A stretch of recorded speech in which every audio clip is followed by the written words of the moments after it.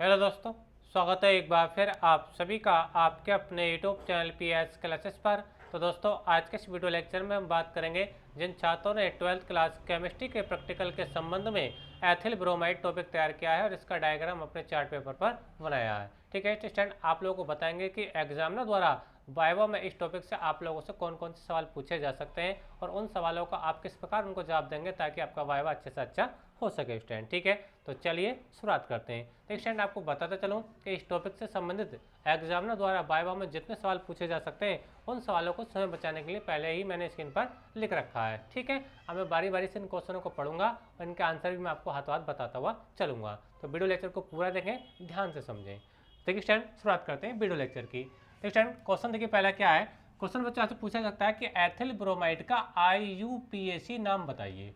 ठीक है, यानी आपने जो टॉपिक तैयार किया एथिल ब्रोमाइड, ठीक है, उसका आपको क्या पूछा सकता है, IUPAC नाम पूछा सकता है। ठीक है, तो बच्चों इसका जो IUPAC नाम होता है मैं आपको बताता हूँ बच्चों, वो होता है ब्रोमोएथेन। क्या होता है बच्चों? ब्रोमोएथेन नाम होता है बच्चों। ठीक है, ये ठीक स्टैंड। तो एथिल ब्रोमाइड का जो IUPAC नाम होता है बच्चों, क्या होता है बच्चों? वो ब्रोमोएथेन होता है। उम्मीद करता हूँ आपको समझ में आ गया होगा, कई बार ये बहुत ज़्यादा पूछा भी जाता है सवाल। ठीक है स्टैंड। अच्छा, नेक्स्ट क्वेश्चन देखिए बच्चों, एथिल ब्रोमाइड का रासायनिक सूत्र बताइए। यानी जो आपने टॉपिक बनाया है, जिसका डायग्राम आपने चार्ट पेपर बनाया है, ठीक है, तो अब उसको आपका क्या बताना है, यहाँ पे एथिल ब्रोमाइड का रासायनिक सूत्र बताना है, केमिकल फार्मूला बताना है। तो देखिए आपने पढ़ा भी होगा, आप बता सकते हैं क्या होता है, C2H5Vr।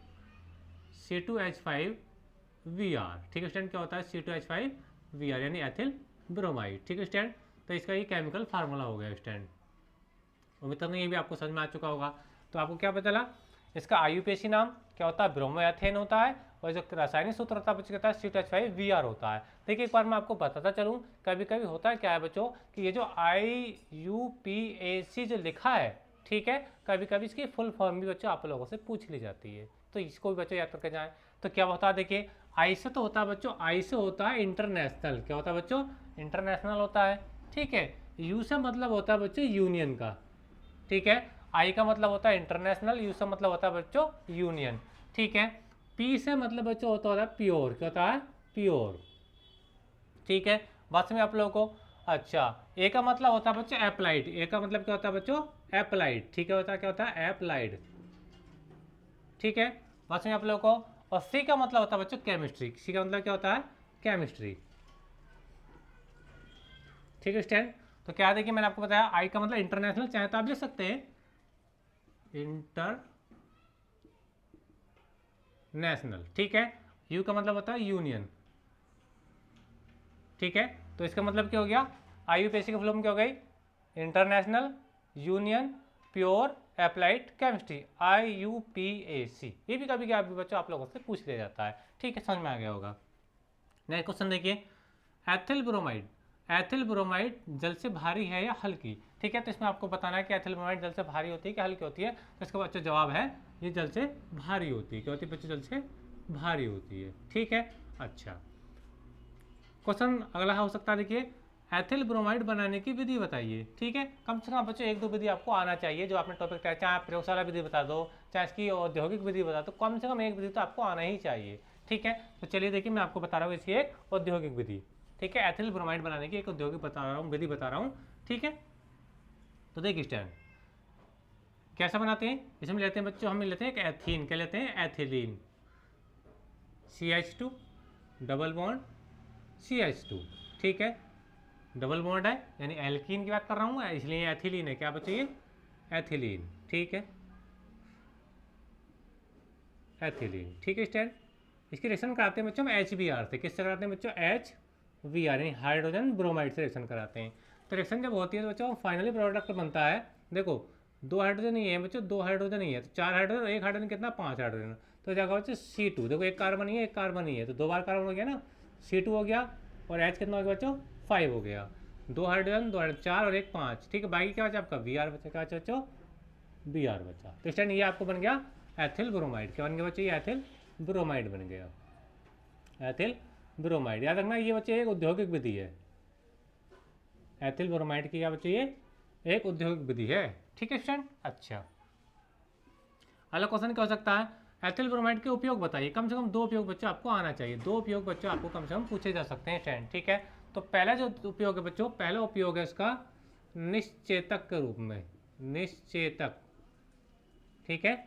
निश्चेतक क्या होता है, ये यानी किसी व्यक्ति को अगर नशे में करना हो, है ना, उसको मूर्छित करना हो, तो हमें क्या सुंघा देते हैं वहाँ पे, एथिल ब्रोमाइड उसको सुंघा देते हैं स्टैंड, ठीक है। बात सुनिए आप लोगों को। अच्छा, दूसरा इसका उपयोग है बच्चों कार्बनिक यौगिकों के, कार्बनिक यौगिकों के संश्लेषण में, कार्बनिक यौगिकों के, यानी कार्बनिक यौगिकों के संश्लेषण में। तो कम से कम 2 उपयोग बच्चों आपको पता होना चाहिए, ठीक है स्टैंड, ये मैंने आपको बताया। अच्छा, इसकी प्रकृति कैसी होती है, प्रकृति का मतलब होता है इसका नेचर, मतलब ये ठोस होती है, द्रव होती है, गैस होती है। तो जैसे कि मैं भी थोड़ी देर पहले आपको बताया जल से भारी होती है, ठीक है। तो जल से भारी होने के साथ बच्चों ये लिक्विड होती है, क्या होती है, लिक्विड होती है, ठीक है। यानी प्रकृति कैसी होती है इसकी बच्चों, द्रव जैसी, यानी क्या होती है, एक द्रव होता है, क्या होता है, द्रव, द्रव ऐसा जो जल से भारी होता है। बात सुनिए आप लोगों को, ठीक है। अच्छा, प्रकृति आपको पता लगी, यानी याद रखना एथिल ब्रोमाइड गैस नहीं है, गैस नहीं है, द्रव है, वो जो कि जल से भारी है, ठीक है। नेक्स्ट क्वेश्चन देखिए, इसके 2 भौतिक गुण बताइए, इसके 2 भौतिक गुण बता दिए। तो 2 भौतिक गुण क्या हो सकते हैं, पहला तो भौतिक गुण ये होता है कि जल से भारी होती है, एक गुण तो ये हो जाएगा, ठीक है। दूसरा जो भौतिक गुण है बच्चे, ये जल में विलय नहीं होती है, जल में विलय नहीं, जल में नहीं घुलती है, कार्बनिक ब्लैको, कार्बनिक ब्लैको में घुल जाती है, जैसे बेंजीन है, एथिल एल्कोहल, उनमें घुल जाती है, लेकिन वाटर के अंदर बच्चे ये नहीं घुलती है, ठीक है, याद रखना। तो ये 2 भौतिक गुण मैंने आपको बता दिए। तो याद रखना एथिल ब्रोमाइड बच्चों जल के अंदर विलय नहीं है, ठीक है, कार्बनिक ब्लैको में घुल जाती है, एल्कोहल में घुल जाएगी, ठीक है। ये आपका एथिलीन है, उसमें माफ कीजिएगा बेंजीन है, उसमें घुल जाएगी, ठीक है,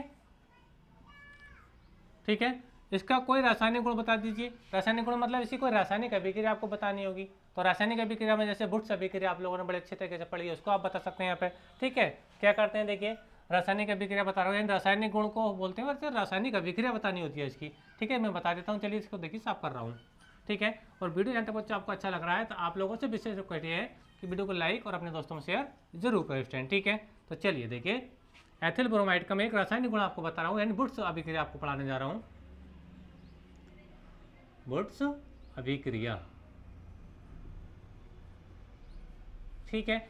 इसमें क्या लेते हैं देखिए, एथिल ब्रोमाइड के बच्चों C2H5Br,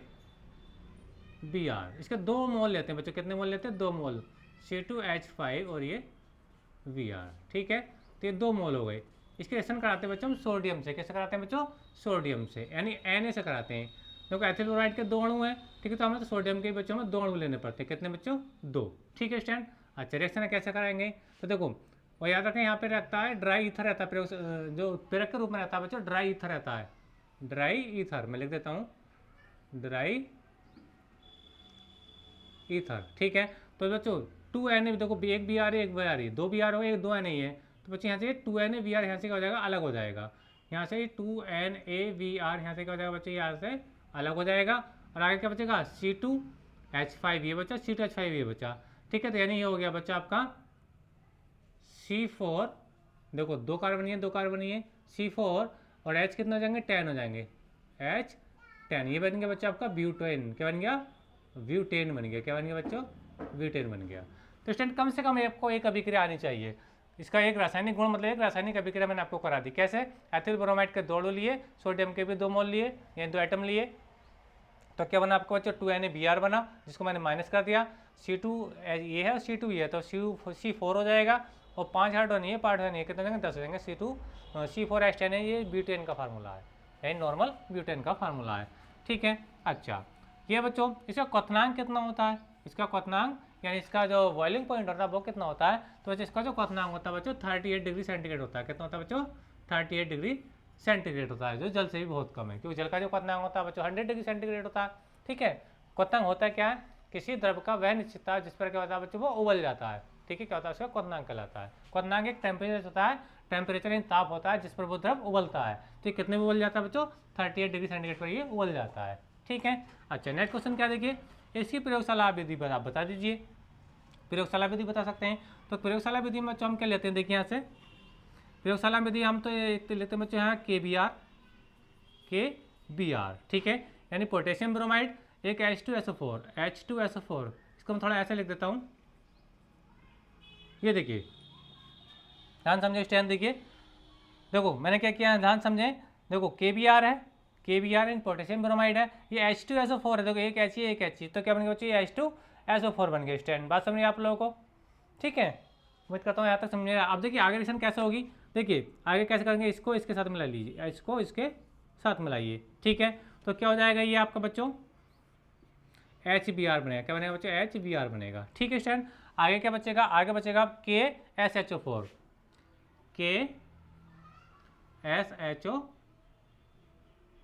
KSHO4, ठीक है, ये बनेगा पोटेशियम हाइड्रोजन सल्फेट, क्या बनेगा बच्चे, पोटेशियम हाइड्रोजन सल्फेट बनेगा, ठीक है। अब इसके जो रिएक्शन कराएंगे बच्चों हम आगे, इसको थोड़ा मैं इसको रब कर लेता हूँ, आप चाहे इसका स्क्रीनशॉट ले लीजिए, शायद आप देख ना पा रहे हो, थोड़ा सा मैं इसको ऊपर से रब कर लेता हूँ स्टैंड, ठीक है। चलिए आप थोड़ा इसका स्क्रीनशॉट ले लीजिए स्टैंड, चलिए हटा दें इसको थोड़ा सा ऊपर से। अब देखिए स्टैंड, इसकी जो रिएक्शन कराते हैं बच्चों हम, इसकी कराते हैं एथिल एल्कोहल की अभिक्रिया, क्या कराएंगे हम, एथिल एल्कोहल से अभिक्रिया कराएंगे HBr की, देखिए C2H5OH, क्या ये एथिल एल्कोहल है, इसकी रिएक्शन होती है बच्चों HBr से, कैसे होती है, HBr से इसकी रिएक्शन होगी, ठीक है, यही जो HBr आप यहाँ पे देख रहे थे स्टूडेंट, ठीक है। तो यहाँ से क्या बनेगा, देखिए OH ये और एक H ये बच्चों, ठीक है, ये बचेगा वाटर का मॉलिक्यूल बनेगा, यानी H2 बनेगा, ये हो जाएगा बच्चों, माइनस कर देता हूँ, चलो यहाँ पे H2 ये बन गया, ठीक है, माइनस हो गया, C2H5 बचा और ये भी Br बचा, C2H5 और क्या बचा, ये आपका Br बचा, तो यही क्या बच्चा आपका एथिल ब्रोमाइड है। तो इसकी रासायनिक विधि है, मतलब ये इसकी प्रयोगशाला विधि है, इससे पहले जो मैंने आपको बताई थी वो इसकी औद्योगिक विधि थी, ठीक है। इसमें भी देखो एथिल ब्रोमाइड ही बना फाइनल प्रोडक्ट, और जो अभी मैंने एथिलीन से अभिक्रिया कराई थी उसमें भी आपको क्या बना था, एथिल ब्रोमाइड ही बना था। तो ये इसकी रासायनिक विधि, इसकी अभिक्रिया आपकी 2 चरणों में संपन्न होती है। तो स्टूडेंट यही वो क्वेश्चन थे जो इस टॉपिक से आप लोगों से पूछे जा सकते हैं। तो उम्मीद करता हूँ वीडियो आपको पसंद आया होगा, वीडियो आपको अच्छा लगा तो प्लीज़ वीडियो को लाइक और अपने दोस्तों में शेयर कर दीजिए, कमेंट कर बताइए कि वीडियो कैसा लगा। Thank you, best of luck.